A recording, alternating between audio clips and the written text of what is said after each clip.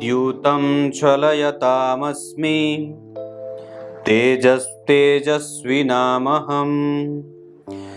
जयोऽस्मि व्यवसायोऽस्मि सत्वं सत्त्ववतामहम्।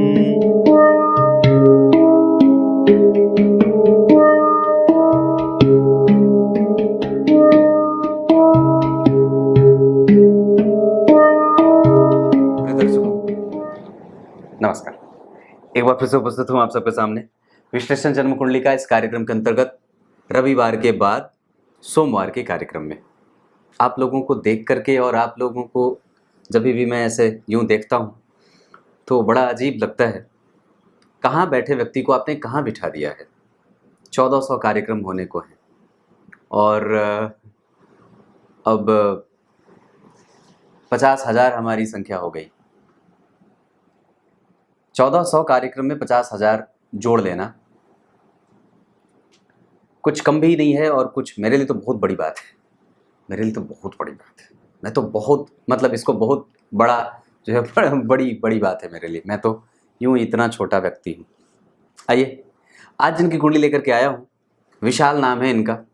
इनके सवाल बड़े अजीब हैं और बड़े अच्छे हैं। इनके एक प्रश्न ने मेरा मन बड़ा टटोला है और बड़ा अजीब लगा है, मुझे बड़ा अच्छा लगा है। मैं मेरे छोटे भाई से बहुत प्यार करता हूँ। वो बस 5 मिनट ही छोटा है मुझसे। हमारी माँ का देहांत 3 साल पहले हो गया था। अपने भाई के लिए परेशान रहता हूँ। उसकी भी शादी इसी साल नवंबर में है। मैं अपने भाई से दूर नहीं रह सकता। भाई जी, मेरे भाई से मेरा प्यार ऐसे ही बना रहेगा ना, कोई आगे दिक्कत तो नहीं है। अब ये जो सवाल है, ये सवाल जो है वो इंगित करता है। ये सवाल ये बताना चाह रहा है कि सामने वाले को, जो इनका छोटा भाई है, जो इनके छोटे भाई साहब हैं, उनको ये समझ लेना चाहिए कि इस व्यक्ति पे आप आंख बंद करके भरोसा कर सकते हैं और इस व्यक्ति के ऊपर जो कभी प्रश्न दिमाग में आए तो उसको यूं हटा देना चाहिए, क्योंकि ये सवाल सामान्य तो नहीं है। आजकल नहीं मिलते ऐसे सवाल, लोग नहीं पूछते। तुला लग्न की कुंडली, पंचांग थोड़ी देर में बताऊंगा, और लग्न के अधिपति का दशम में जाना, ये महालक्ष्मी योग। इन्होंने सवाल पूछा है कि मेरी सरकारी नौकरी लगेगी कि नहीं लगेगी। पहले ये ढूंढते हैं कि उसके योग कितने बने हैं।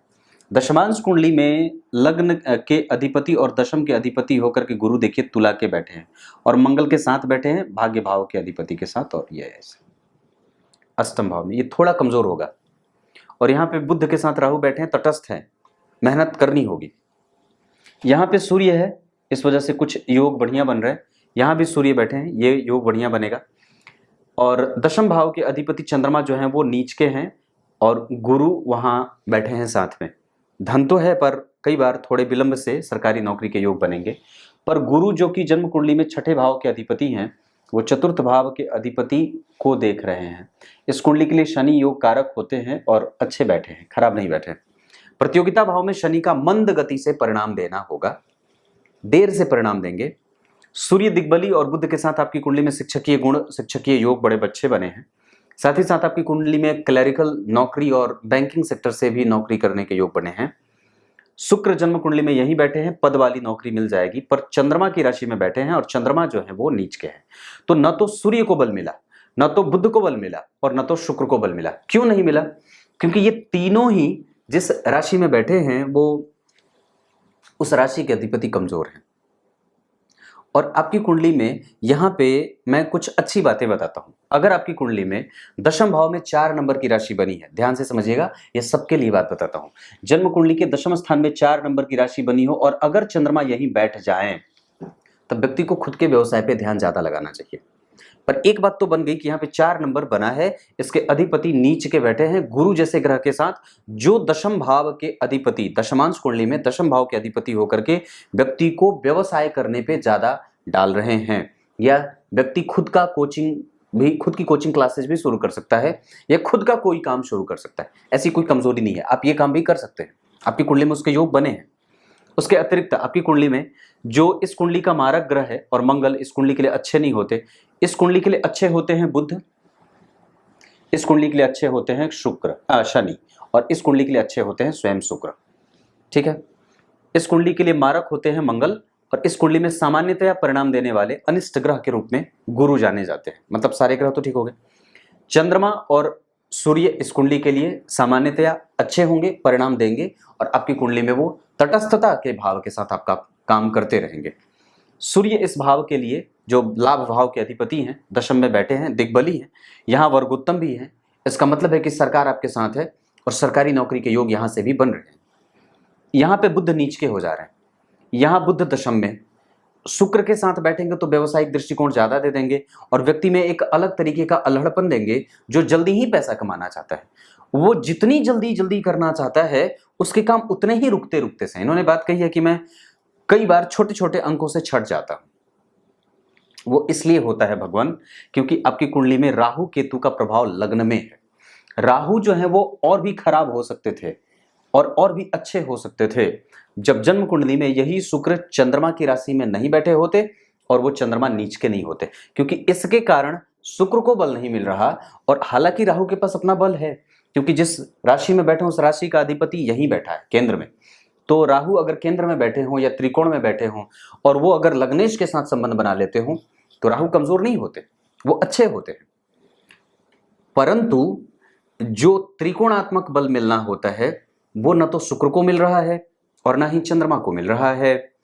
और तुला लग्न की कुंडली के लिए तो देवगुरु बृहस्पति भी आपकी कुंडली में ऋण भाव के अधिपति होकर के दशम भाव के अधिपति के साथ, या प्रतियोगिता भाव के अधिपति होकर के दशम भाव के अधिपति के साथ देखिए धन आने में दिक्कत कर रहे हैं। ये दारिद्र दोष लगा देते हैं। चंद्रमा और माता भाव के अधिपति देखिए नीच में बैठे, नीचा विलासी होकर बैठे छठे भाव में, तो ये कमजोरी। इस माता भाव के अधिपति के ऊपर गुरु की दृष्टि पड़ी है। जो माता जब तक थी तब तक सुख और संपन्नता बनी रही, उनके जाने के बाद एक अजब तरीके का खालीपन तो सबके जीवन में होता है। आपकी कुंडली में माता का कारक नीच का था, इस वजह से, और माता भाव के अधिपति के ऊपर गुरु की दृष्टि थी उनके प्रभाव में, और मंगल की दृष्टि भी थी। मंगल पापक ग्रह, मारक ग्रह की दृष्टि चलती है तो ये स्थिति बनती है। और वस्तुतः आप यहाँ पे देखिए, यहाँ भी चंद्रमा छठे में बैठे हैं, यहाँ के अधिपति बुध जन्म कुंडली में देखिए नीच के बैठे हैं। यहाँ के अधिपति नीचा विलासी मतलब कि कमजोर, कारक ग्रह कमजोर, कारक ग्रह रोग में, और यहाँ के अधिपति नीच के। अब आपको और भी बताता हूं बात कि आपकी कुंडली में जो द्वादशांशा कुंडली बनी है वहां पर भी आपकी कुंडली में चंद्रमा के पास बल नहीं के बराबर है, वहां भी वो पीड़ित ही हो रहा है। इस वजह से माता का सुख कमजोर होता है। पिता का सुख आपकी कुंडली में है, वो ठीक है, उसमें कोई विशेष समस्या मैं नहीं देख रहा हूं, वो ठीक है। और मैं समझता हूं कि आपकी कुंडली में सरकारी नौकरी के योग हैं, और अभी आपको कम से कम 2028 के 10वें महीने तक नौकरी के योग हैं। अगर आपके पास उम्र है तो 1995 के आप उम्र तो होगी, पर वस्तुतः एक बहुत अच्छी दशा आपकी कुंडली में 2023 के 10वें महीने से शुरू हो रही है, जो 26 के जुलाई तक चलेगी। ये 3 साल आपके लिए बहुत ही ज़्यादा मेहनत करके परिणाम प्राप्त करने के लिए काफ़ी होंगे। वस्तुतः आपकी कुंडली में अगर बुध नीच के नहीं होते तो ये और भी ज़्यादा ठीक हो सकती थी बात, क्योंकि यहाँ पे दशम भाव के अधिपति जो हैं वो गुरु अष्टम में बैठे, और यहाँ के अधिपति बुध इसको देख रहे हैं। मतलब देर सवेर ये देंगे जरूर, क्योंकि दशम भाव के अधिपति नीच के हैं और शनि से पंचमस्थ होकर के बैठे हैं। जो जन्म कुंडली में दशम के अधिपति चतुर्थ भाव के अधिपति के साथ जो हैं वो दोनों, ये दोनों ग्रह जो बैठे हैं शनि और चंद्रमा, ये दोनों एक दूसरे से नवम पंचम के संबंध में, मतलब इन दोनों का संबंध खराब नहीं है। इसका मतलब है कि हम उसमें एक एक्सपेक्टेशन रख सकते हैं कि हमारी कुंडली एक बार सफल हो जाएगी, पर वस्तुतः इसमें आपको मेहनत करने की आवश्यकता भी होगी। क्यों ऐसा हो रहा है कि हमारे मेहनत का परिणाम नहीं मिल रहा है? इसके पीछे का विचार, शनि की दृष्टि यहाँ पे जो कि अच्छी नहीं होगी, और यहाँ के अधिपति नीच के ग्रह के साथ बैठे हैं, जो कि इस कुंडली में आपको हमेशा ही मेहनत कराएंगे और हमेशा ही आपकी मेहनत को कई गुना बढ़ाने का मतलब जो है वो एक ढोंग या स्वांग रच देते हैं। वो करना ही पड़ता है। इस वजह से कुंडली के तत्वों को समझिए, आखिर ऐसी बातें हो क्यों रही है, क्योंकि पराक्रम भाव के अधिपति नीच के ग्रह के साथ बैठे हैं, और उस पे जहां पे वो जो जिस भाव का अधिपति है उस भाव के अधिपति जो पराक्रम के अधिपति बनते हैं वो गुरु शनि जैसे ग्रह से देखे जा रहे हैं, अच्छे दृष्टि से नहीं देखे जाएंगे। और इसका कारक ग्रह देखिए जन्म कुंडली में 12 में बैठा है। इस कुंडली के लिए वो मारक होता है। पराक्रम का कारक जो है वो तुला लग्न की कुंडली के लिए मारक होता है।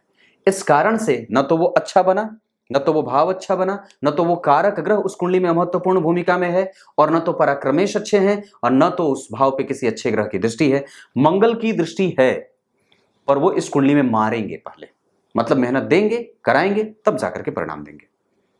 इस वजह से 2022 के 12वें महीने के बाद से भी योग एक आएगा, और अगले वर्ष के 12वें महीने से भी एक योग आएगा। अब मैं आपको इनकी कुंडली में कुछ अच्छी चीजें बता देता हूं, जैसे लग्न के अधिपति का दशम में जाना, यह महालक्ष्मी योग, लक्ष्मी संपन्न योग बनाएगा।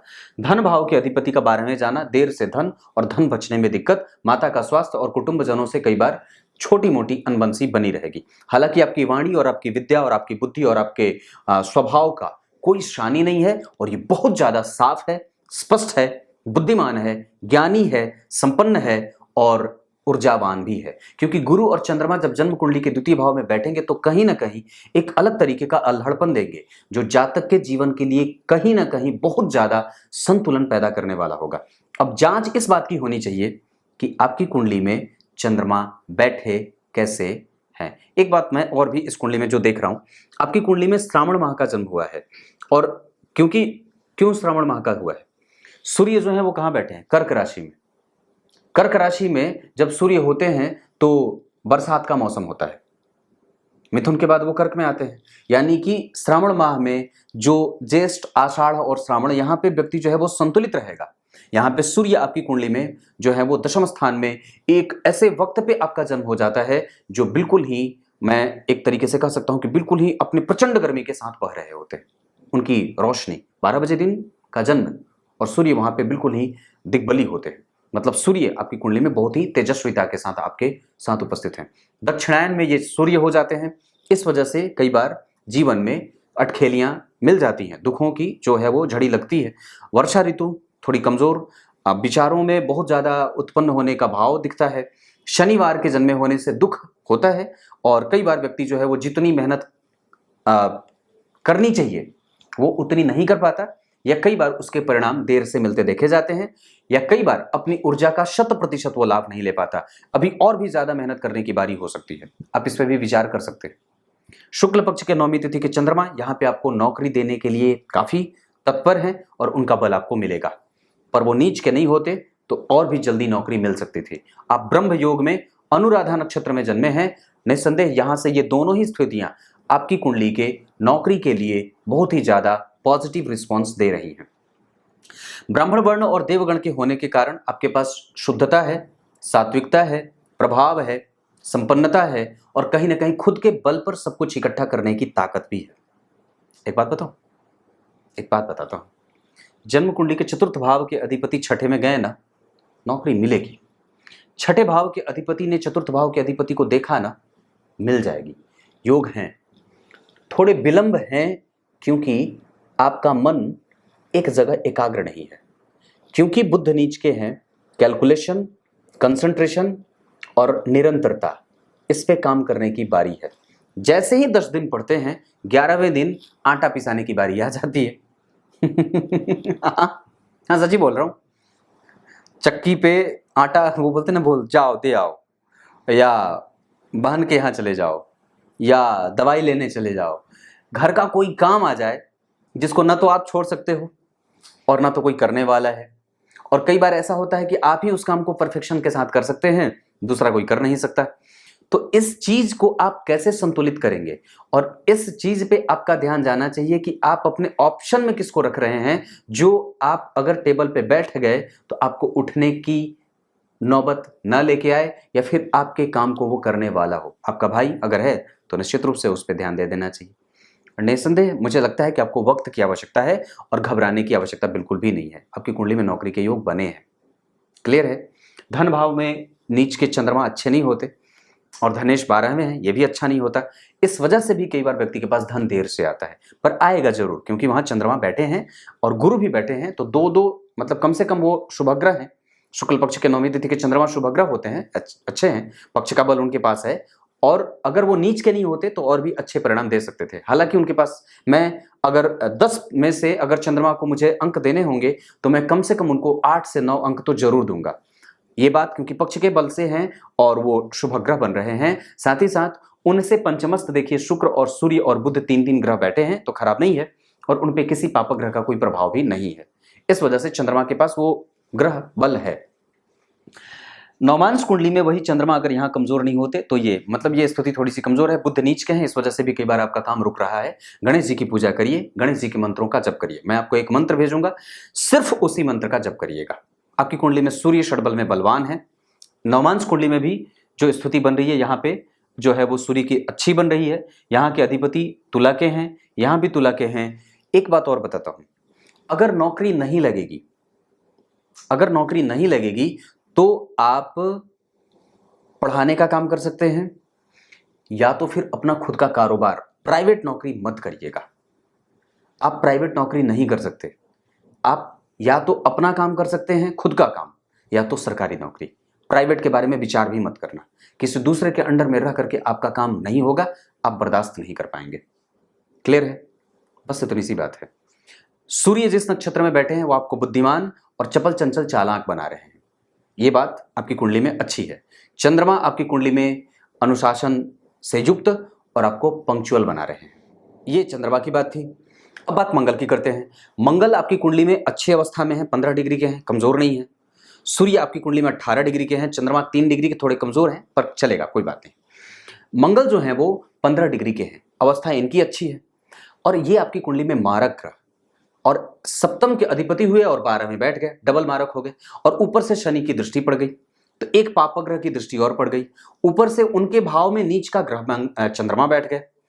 अपन ने धन भाव के अधिपति होकर के 12 में बैठ गए। अब धन का आना देर से। सप्तम भाव डेली बेसिस का इनकम होता है, सोशल स्टेटस होता है, प्रत्येक दिन की दिनचर्या होती है। उसका अधिपति आपकी कुंडली में जिस नक्षत्र में बैठा है उस नक्षत्र से उसको कोई बल नहीं मिल रहा। इस कारण से अब आप रेगुलराइज नहीं होते। आप कई बार मैंने ये नहीं कही बात कि आपके पास जो है वो ऊर्जा नहीं है, ऊर्जा है, लेकिन उसका क्लासिफिकेशन सही तरीके से नहीं हो रहा है, उसका सही तरीके से सिस्टम नहीं बन पा रहा है कि कहां से उठाना है और कहां रखना है। अभी बहुत सारी चीजें जो आपने पढ़ी हैं वो ऐसी पढ़ रखी हैं जिसकी कोई आवश्यकता नहीं है। कुछ ऐसे सिलेबस आपको पूरा करने हैं जो आपने कभी छुआ भी नहीं है। कई बार आपको इस बात पे ध्यान रखने की आवश्यकता है कि आपकी ऊर्जा कहां खर्च हो रही है, एनालिटिकल प्रॉब्लम कहां आ रही है, एनालाइजेशन की प्रक्रिया कितनी है जीवन में आपने शामिल करके रखे हैं और किस ऊर्जा को कहां लगाना है, कौन से चैप्टर को कितना ध्यान देना है, आपको काम इस पे करने की आवश्यकता है। मैं समझता हूं कि आपकी कुंडली में नौकरी के योग यहां मंगल थोड़े से कमजोरीपन के साथ दे रहे हैं। बुध आपकी कुंडली में 27 डिग्री के हैं, इस वजह से वो रेगुलर नहीं हो पा रहे हैं, कंसंट्रेशन पे काम नहीं हो रहा है। जैसे ही व्यक्ति टेबल पे बैठता है वो इधर उधर की बातों में उलझ जाता है या कई बार वो ऊर्जा नहीं दे पाता है जो वो टेबल पे बैठने से पहले सोच रहा था। मतलब आप कई बार टेबल पे बैठने से पहले तो बहुत सारी चीजें सोच लेते हैं, लेकिन जैसे ही बैठते हैं वो छूट जाता है। या पढ़ना कुछ और था, पढ़ कुछ और लिया। पूरे दिन इधर उधर की बातें होती रही या पूरे दिन पुस्तक के पास बैठे रहे, पर जब शाम को दिमाग लगाया, हिसाब लगाया तो पता चला मैंने तो कुछ किया ही नहीं है। ये भाव बुध पैदा करते हैं और वो आपकी कुंडली में वस्तुतः बहुत ही ज्यादा आपको प्रखर बुद्धि का बना रहे हैं, क्षण भर में ही याद कर लेने वाला बना रहे हैं, पर उस पे भी थोड़े से काम की आवश्यकता है। गुरु की दृष्टि उन पे है तो आपके पास ज्ञान है, अच्छी और बुरी चीजों में परख की स्थिति बहुत अच्छी है।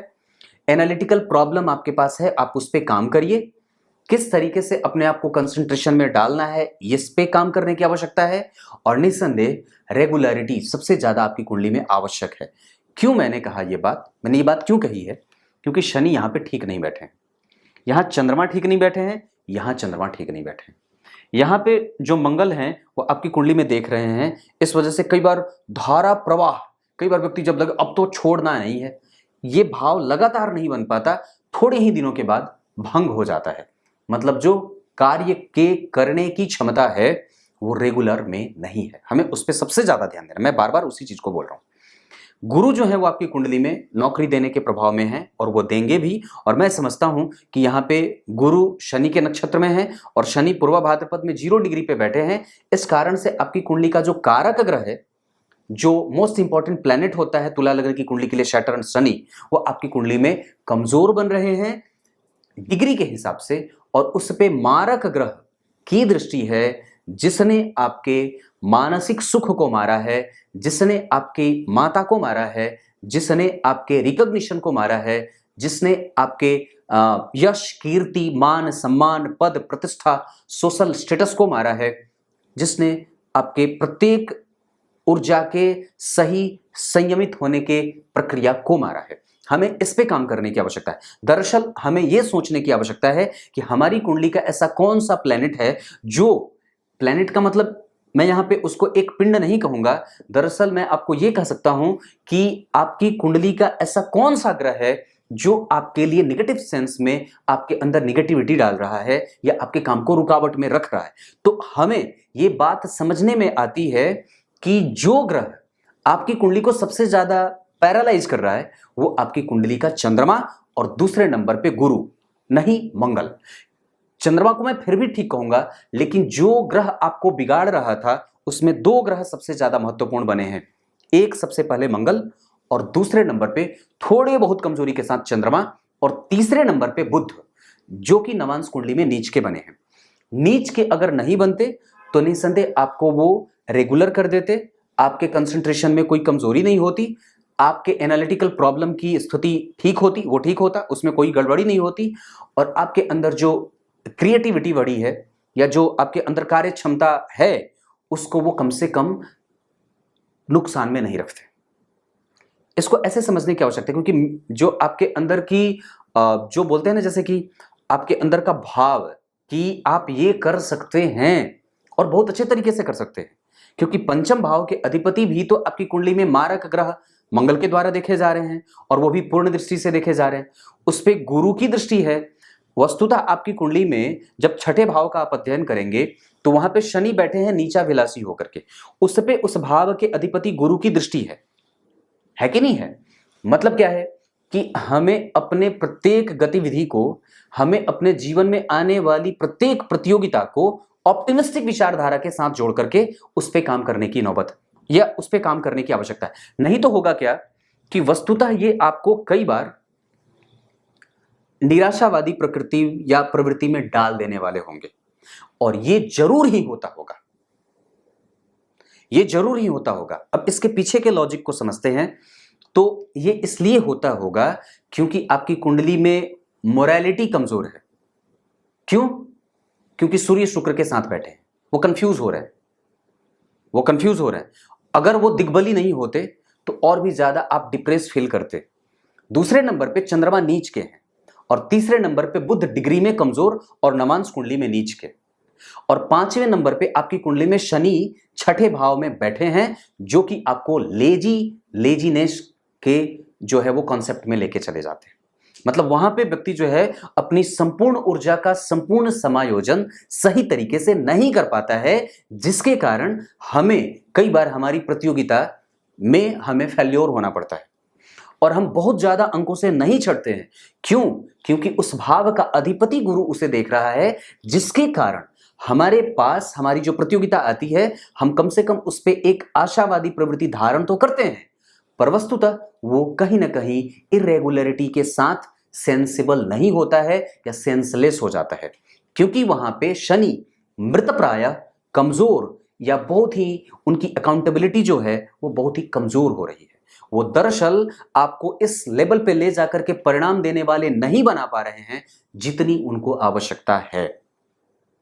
क्यों ऐसा हो रहा है? क्योंकि आपकी कुंडली में सबसे पहले चंद्रमा, जो कि व्यक्ति के कहीं ना कहीं लिए वो उसके इमोशन को डायरेक्ट करते हैं, डायरेक्शन देते हैं, उस पर कहीं ना कहीं एक दिशा का निर्धारण होता है। बुध आपकी कुंडली में डिग्री के हिसाब से कमजोर हुए, मंगल आपकी कुंडली में 12वें, तो एक भाव जो ऐसा बन जाता है कि मेरी ऊर्जा का सही तरीके से मैं खुद ही इस्तेमाल नहीं कर पा रहा हूं, और वो ना तो होता है। ये दोनों ही चीजें एक साथ, ये तीनों चारों चीजें आपको प्रभावित कर रही है। तो इसको ऐसे समझने की आवश्यकता है। मैं आपको सही तरीके से आपके लेवल पे आके आपके ही शब्दों में समझाना चाहता हूं। उसके बाद आप जब गुरु और शनि का, अब यहां पे एक बड़ी अच्छी बात ये होगी कि आपकी कुंडली में गुरु और आपकी कुंडली के शनि, ये दोनों जो हैं वो वस्तुतः शनि जो है वो गुरु के सामने हाथ फैला देते हैं, क्योंकि उनको ये बात पता है कि ये मुझसे बड़ा है। पर गुरु गुरु को गुरूर होता नहीं है, क्योंकि वो जानते हैं कि ज्ञान के पास गुरूर तो होता नहीं है, गुरु ज्ञान है। शनि झूठ है, दंभ है, दुख है, तो दुख के पास तो कहीं ना कहीं दुख को झुकना पड़ेगा। तो गुरु के पास ज्ञान है, वो इस बात को समझ जाते हैं, और इस बात को जैसे ही वो समझ जाते हैं वैसे ही उनके पास एक पॉजिटिविटी आती है और वो झट से शनि का हाथ थाम लेते हैं, क्योंकि उनको पता है कि ये सरेंडर कर चुका है। क्यों? क्योंकि पापक ग्रह का, ध्यान से समझिएगा, पापक ग्रह का छठे भाव में बैठना और पापक ग्रह का छठवें भाव को देखना अच्छा माना जाता है। आपकी कुंडली में वो भाव है और छठवें भाव के अधिपति ने छठवें भाव को देखा है। गुरु की 5वीं दृष्टि, मंगल की 7वीं दृष्टि, और यहां पे पापक ग्रह बैठे। मतलब आपकी कुंडली का जो एक बहुत अच्छा भाव कहूंगा, बहुत बेहतर भाव, तो दशम भाव और दूसरे नंबर पे छठा भाव, यानी कि ये करियर और करियर के बाद करियर का सुख, उसका भाग्य। करियर से 9वां भाव उसका भाग्य होगा, किसी भी भाव का 12वां दुख होता है, और किसी भी भाव का 12वां उसका उपभोग होता है, और किसी भी भाव का 9वां उसका संपूर्ण उसका जो है वो सुख होता है, या फिर ये कह सकते हैं कि उसका भाग्य होता है। तो ये आपकी कुंडली में वो अच्छा बन रहा है, क्योंकि उस भाव के अधिपति उसको देख रहे हैं। और इस कुंडली में मंगल जैसा ग्रह अगर छठे भाव को देखेगा तो थोड़ी बहुत कमजोरी के साथ कम से कम अपनी वो एक ऊर्जा कम से कम उस भाव में जरूर दे देगा, जो आपको विपरीत परिस्थिति में कहीं ना कहीं से लड़ने की, उससे जूझने की ताकत देते हैं, और आपको पेशेंसफुली जो है वो काम करने के लिए आगे बढ़ाते हैं। ये गुरु और शनि थे। शुक्र आपकी कुंडली में वस्तुतः थोड़े कमजोर होंगे। अब वो एक और भी बात है कि लग्न के अधिपति अगर दशम में बैठते हैं तो ये अच्छी बात होती है, लेकिन मंगल जो है वो दशम स्थान में दिग्बली होते हैं, पर वस्तुतः वो जब दशम स्थान में बैठ जाते हैं अकेले तो वो क्षेत्र से संबंधित समस्याएं भी पैदा करते हैं। क्षेत्र कौन है? आपका करियर, आपका समाज, यही तो क्षेत्र है। ठीक उसी तरीके से शुक्र जो है वो कई बार दशम स्थान में निग्लेजिबल हो जाते हैं, मतलब वो कई बार आपको सिर्फ लालच दे देते हैं, स्वप्न दिखा देते हैं और देते नहीं कुछ। तो ये भी कई बार हो सकता है कि कई बार वो परिणाम शून्य हो रहे हैं, और क्योंकि वो जिस नक्षत्र में बैठे हैं पुष्य नक्षत्र, उसके अधिपति शनि अपने आप को बलहीन, कमजोर या कमजोर महसूस कर रहे हैं, इस वजह से उनका परिणाम थोड़ा कमजोर मिल रहा है। तो ये बातें बनती हैं। आपकी वाणी अच्छी है, आपका प्रभाव अच्छा है, आपकी बुद्धि, आपकी विद्वता, आपका लेखन, आपकी क्रिएटिविटी ये बहुत अच्छी है। और मैं समझता हूं कि क्यों ऐसा बोल रहा हूं बार बार, क्योंकि पंचम भाव के अधिपति पे मंगल की दृष्टि है, और बुध जो है वो जन्म कुंडली में दशम स्थान में सूर्य और बुध एक साथ बैठे हैं, वो डिग्री में काफी ठीक ठाक हैं। इस वजह से मैं उन दोनों को ठीक कहूंगा, बुध को थोड़े कमजोरीपन के साथ कहूंगा। क्लियर है? आगे योग है, धन धान्य के सुख हैं आपकी कुंडली में, सफल होने के योग भी हैं। इन्होंने पूछा है सवाल कि मैं कितना सफल होऊंगा। अब कितना सफल होऊंगा उससे तो मैं ये नहीं बताऊंगा, क्योंकि मेरी दृष्टि उतनी कमजोर और मजबूत नहीं है। पर मैं हाँ इतनी बात जरूर कहता हूँ कि आपकी कुंडली आगे बढ़ेगी और निस्संदेह बढ़ेगी। आपकी कुंडली में आप कभी भी अपने आप को कम्युनिकेट करने से मत रोकिएगा किसी से, हमेशा बात करते रहिएगा, चाहे पत्नी हो, चाहे पिता हो, चाहे कोई भी हो, भाई से, कभी भी आप उनके साथ हमेशा ही एक संबंध ऐसा रखिएगा जो कुछ भी बोल सकें, कुछ भी कहें, किसी को कोई तकलीफ ना हो। आपकी कुंडली में होप जो है वो आपके कमज़ोर दिख रहे हैं मुझे, आप होपफुली काम करिए। आपकी कुंडली में आपकी वाणी बहुत अच्छी है, उसमें कभी भी कर्कशता नहीं होनी चाहिए। आपकी कुंडली में घर में कभी तनाव का माहौल बनेगा, उसको आपको हैंडल करना होगा और उसकी जिम्मेदारी आपके ऊपर रहेगी। आपकी कुंडली में आप प्राप्त कर जाएंगे सारी चीज़ें जो भी आप चाहते हैं, ये मैं पूरे ही विश्वास के साथ ये बात कह सकता हूँ। अब आइए गीता जी के श्लोक का अर्थ बता देता हूँ। गीता जी के 10वें अध्याय के 36वें श्लोक में भगवान ने बात कही है। क्या कही है? भगवान को ना जुआ खेलना बड़ा पसंद है। और याद करिए, जब द्रौपदी के चीर हरण के समय भी भगवान चौपड़ खेल रहे थे। हाँ, और चौपड़ खेलते खेलते वो यूं ऐसे उन्होंने गोटी फेंक दी, और उधर जो है वो द्रौपदी का चीर हरण हो रहा था, और भगवान द्वारका में बैठ करके चौपड़ खेल रहे थे अपने रानियों के साथ। अब उधर जो है वो द्रौपदी ने भगवान को पुकारा। अब इधर भगवान ने गोटी खेली और कहा वर्धताम, कहा वर्धताम। तो सामने जो थी वो उनकी रानियां कहेगी गोटी तो मैंने बढ़ा दी है, तो बोले कि बढ़ाओ। वस्तुतः भगवान का इशारा वस्त्र के अवतार पे था। भगवान ने वहां पे वस्त्रावतार ग्रहण किया है और वस्त्र के रूप में माता द्रौपदी की रक्षा करी है। वर्धताम कहने का मतलब था भगवान का चीर बढ़ाओ। और वहां पे उन लोगों को लग रहा था जो उनके साथ बैठ करके चौपड़ खेल रहे थे, उनकी रानियां, कि ये गोटी बढ़ाने की बात कर रहे हैं। पर वस्तुतः वहां बात गोटी बढ़ाने की नहीं हो रही थी, वहां बात द्रौपदी के लिए वस्त्र बढ़ाने की हो रही थी। तो यहां भगवान ने क्या बात कही, कितनी अजीब बात है। आप जरा इसको महसूस करो कि भगवान ने यहां बात करी है कि छल करने वालों में जुआ मैं हूं, तेजस्वियों का तेज मैं हूं, जीतने वालों का विजय मैं हूं। अब एक बात और भी है कि जहां पे सर्वश्रेष्ठ होता है ना, भगवान वहां पे स्वयं सबसे पहले अपने आप को जोड़ लेते हैं। जहां पे जो भी बात सर्वश्रेष्ठ होती है वहां स्वयं भगवान नारायण अपने आप को उसमें जोड़ लेते हैं। तो खेल में सर्वश्रेष्ठ जुआ, वहां जोड़ लिया खुद को। और बाकी तो चीजें, जैसे अगर कोई तेज हुआ तो तेजस्वी हो गया, तेजस्वी पुरुष, तो उसका तेज मैं हूं। अगर कोई विद्वान है तो उसकी विद्वत क्षमता, उसकी बुद्धि, उसकी विद्या मैं हूं। तो ये सारी चीजें भगवान ने कही हैं। आप लोगों को, मुझे लगता है कि गीता जी के 10वें अध्याय का पाठ प्रत्येक पल करते रहना चाहिए, प्रत्येक दिन उसको पढ़ना चाहिए। इससे आप ईश्वर के अंश और उसके अविनाशी होने का प्रभाव आपको दिख जाएगा और उसकी जो उपस्थिति है उस पर आप कभी भी सवाल खड़ा नहीं कर सकते। जो सवाल खड़ा करता है उससे जरा पूछ के देखना कि मैंने क्या बात कही थी। क से लेकर के अंग तक में से एक शब्द वो बना दे, एक वर्ण बना दे, और ए से लेकर के जेड तक में से कोई एक शब्द बना दे। क्योंकि ए भी आया है तो कहीं ना कहीं ओम से ही बना है। ए भी जो आया है वो भी ओम से ही बना है। प्रणव से ही सारे शब्दों का, अक्षरों का निर्माण हुआ है। कुछ इसी तरीके से आज के कार्यक्रम का समापन करते हैं। तब तक के लिए इजाजत दीजिए। कल एक बार फिर से उपस्थित होंगे आप सबके सामने। कैसा लगा ये कार्यक्रम जरूर बताइएगा। भगवान आपकी कुंडली में बुध कमजोर है, इस वजह से ही भाग्य का लाभ थोड़ा कमजोर मिल रहा है। मैं आपको जो मंत्र भेजूंगा उस मंत्र का जप करिएगा। तब तक के लिए बहुत बहुत नमस्कार।